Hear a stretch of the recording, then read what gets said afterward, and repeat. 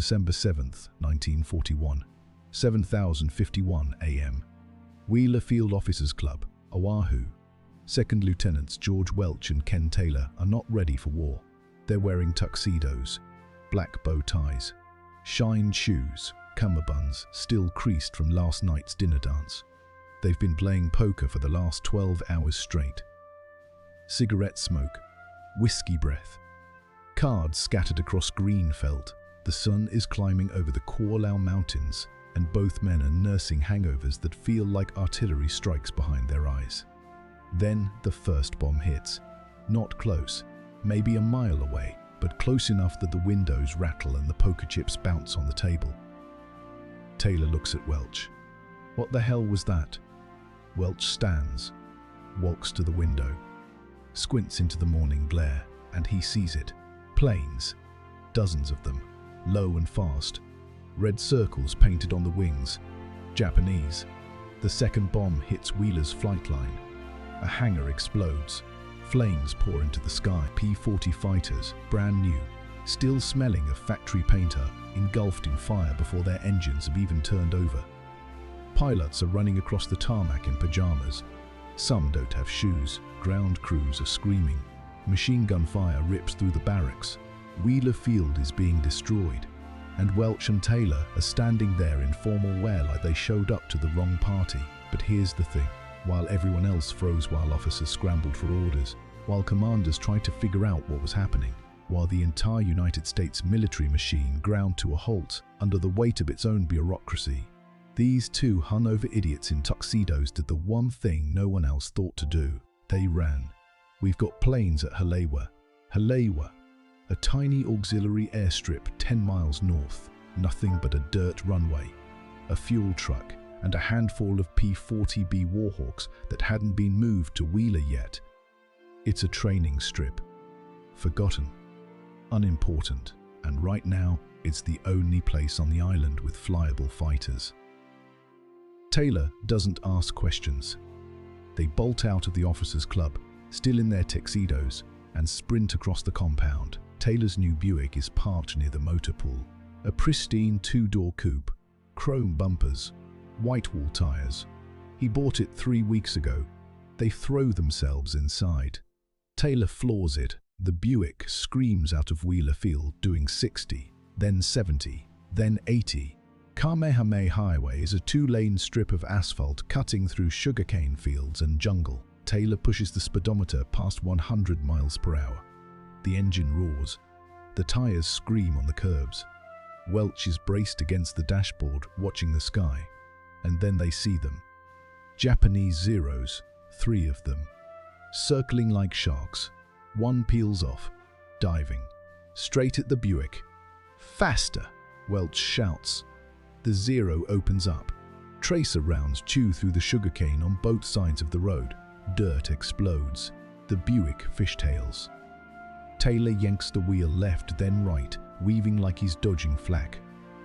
The Zero pulls up. They keep driving. Another Zero dives. More gunfire. The rear window shatters. Glass sprays across the back seat.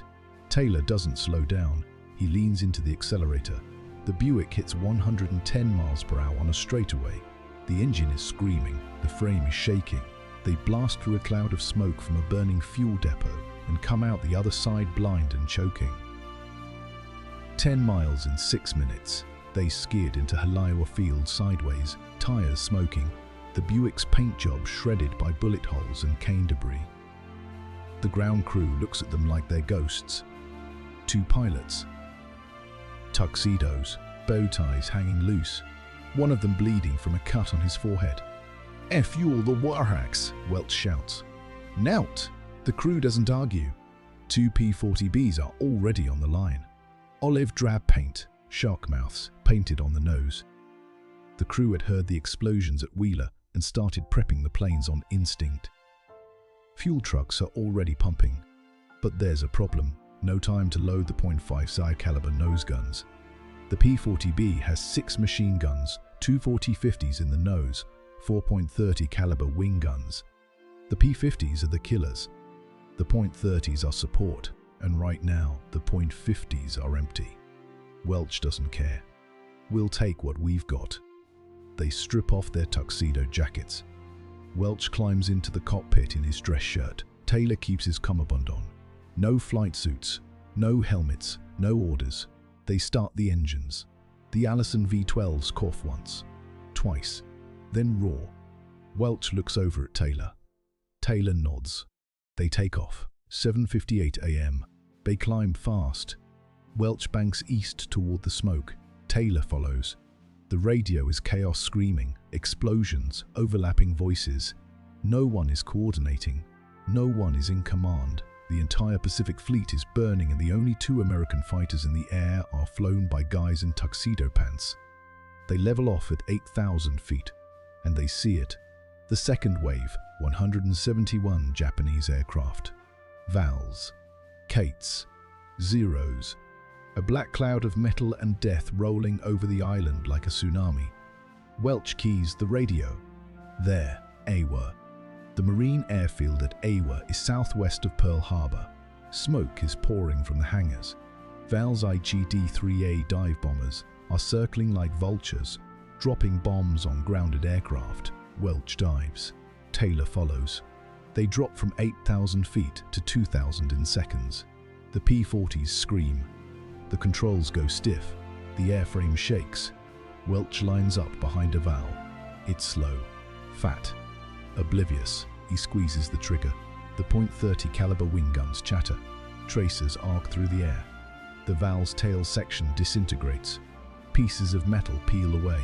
The bomber rolls left, trailing smoke, and slams into a cane field. First kill. Taylor spots another Val pulling up from a dive.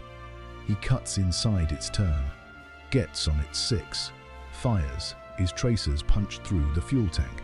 The Val explodes. A fireball. Wings tumbling. Debris raining down. Second kill. But now the Zeros see them. 3 of them break off from the bomber escort and turn toward the P-40s. Welch has never fought a Zero before. Neither has Taylor. No one in the US military has. They don't know the Zero can outturn anything in the sky. They don't know its 20mm cannons can tear a P-40 apart at 500 yards. They don't know that turning with a Zero is suicide, but they learn fast. Welch tries to turn with the lead Zero. Big mistake. The Zero pulls inside him. Tighter. Tighter. It's on his tail in 3 seconds. Tracers flash past his canopy. Welch shoves the stick forward. Dives. The P-40 is heavier than a Zero. It dives faster. Welch drops like a stone. The Zero tries to follow but can't keep up. Welch pulls out at 500 feet, skimming the treetops and climbs back up. Taylor is being chased by 2 Zeros. He doesn't try to turn. He dives. Slashes. Climbs. Dives again. Hit and run. Boom and zoom. They're inventing American fighter tactics in real time. Welch spots a Val over the harbor. He dives on it from above. The Val never sees him. Welch opens fire at 200 yards. The Val's cockpit shatters. It noses over and crashes into the water. Third kill. Taylor nails another Val trying to escape north. His .30 culls shred the engine. The Val cartwheels into a hillside. Fourth kill. But their ammo is gone. The .30 caliber wing guns burn through rounds fast. Welch's guns click empty. Taylor's do the same 10 seconds later. They turn back to Haliwa. Hit the like button if you think fighting back matters more than following procedure. They land at Haliwa. The ground crew is ready. Fuel hoses. Ammo belts. They reload the wing guns in 4 minutes flat. Welch and Taylor don't shut down the engines. They take off again. 8:20 a.m. The second wave is still over Pearl Harbor. 171 Japanese planes. 2 American P-40s. They climb back into the fight.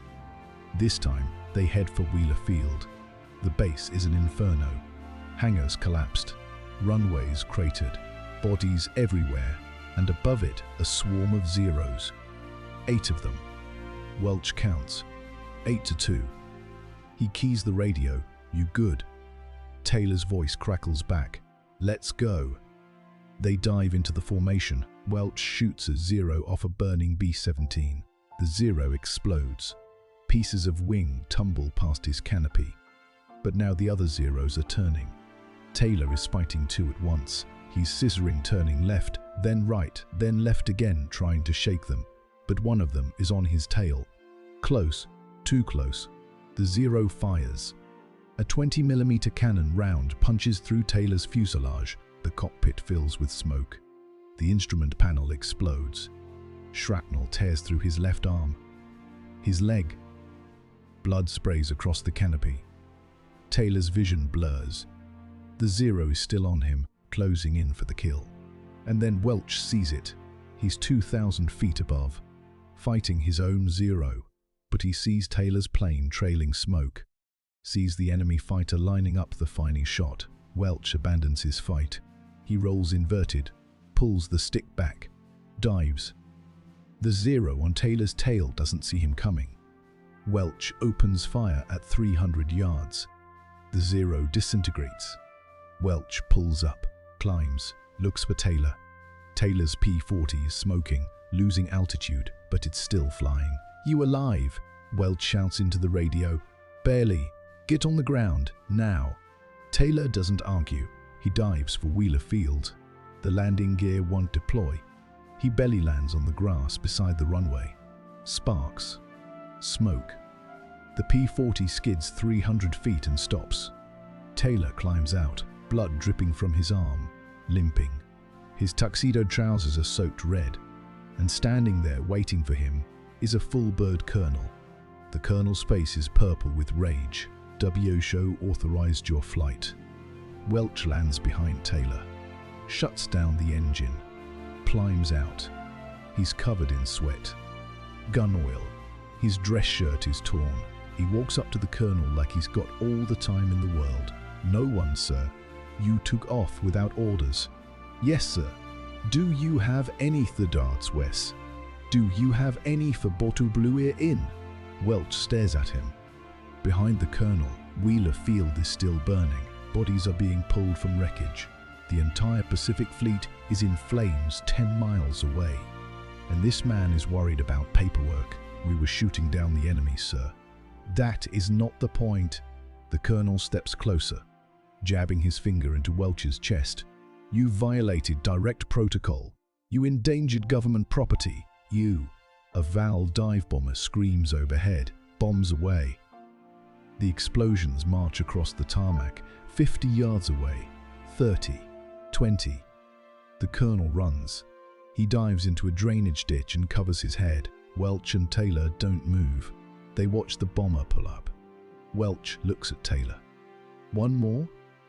Taylor grins through the blood. "One more." They climb back into their planes. The ground crew has already reloaded them. They take off for a third sortie. The colonel is still in the ditch, complainant. The irony of valor. By the time the attack ended, Welch and Taylor had flown 3 sorties in 2 hours. 8 confirmed kills. 4 each out of 29 Japanese planes lost that day. These 2 men hungover in tuxedos, without orders, accounted for more than a quarter of the enemy losses. They were the only American pilots to successfully engage the Japanese during the attack. General Hap Arnold, Chief of the Army Air Forces, personally recommended them for the Medal of Honor, but a senior officer in the chain of command blocked it. The reason? They took off without orders. Let that sink in. 2 men saved lives, shot down enemy bombers, defended their country while everyone else was paralyzed by bureaucracy. And the army punished them for it. They received the Distinguished Service Cross instead. 2nd place, because they didn't wait for permission. George Welch survived the war. He became a test pilot. In 1947, he was flying the XP-86 Sabre, America's first swept-wing jet fighter. On October 1st, 2 weeks before Chuck Yeager's famous flight, Welch took the Sabre past Mach 1 in a dive. He broke the sound barrier, but North American Aviation, the plane's manufacturer, told him to keep quiet. They didn't want to steal Yeager's thunder. They didn't want to admit their test pilot had violated orders to stay below Mach 1. Once again, Welch defied the rules. Once again, history tried to bury him. On October 12, 1954, George Welch was testing the F-100 Super Sabre. The plane experienced violent roll coupling at high speed. It disintegrated in mid-air. Welch was killed instantly. He was 36 years old. Ken Taylor lived until 2006. He spent his later years telling people about December 7th. He always said the same thing. We didn't wait for orders. We couldn't. If we had, we'd be dead. So here's the lesson. Sometimes the system is wrong. Sometimes the rules are designed to protect the institution, not the people inside it. And sometimes the only way to win is to stop asking for permission. George Welch and Ken Taylor fought the Pearl Harbor attack in Tuxedos, and the Army punished them for it, because heroism without authorization is still considered insubordination. Remember that. If you like this, hit subscribe. We've got more stories about the men who broke the rules and won the war anyway.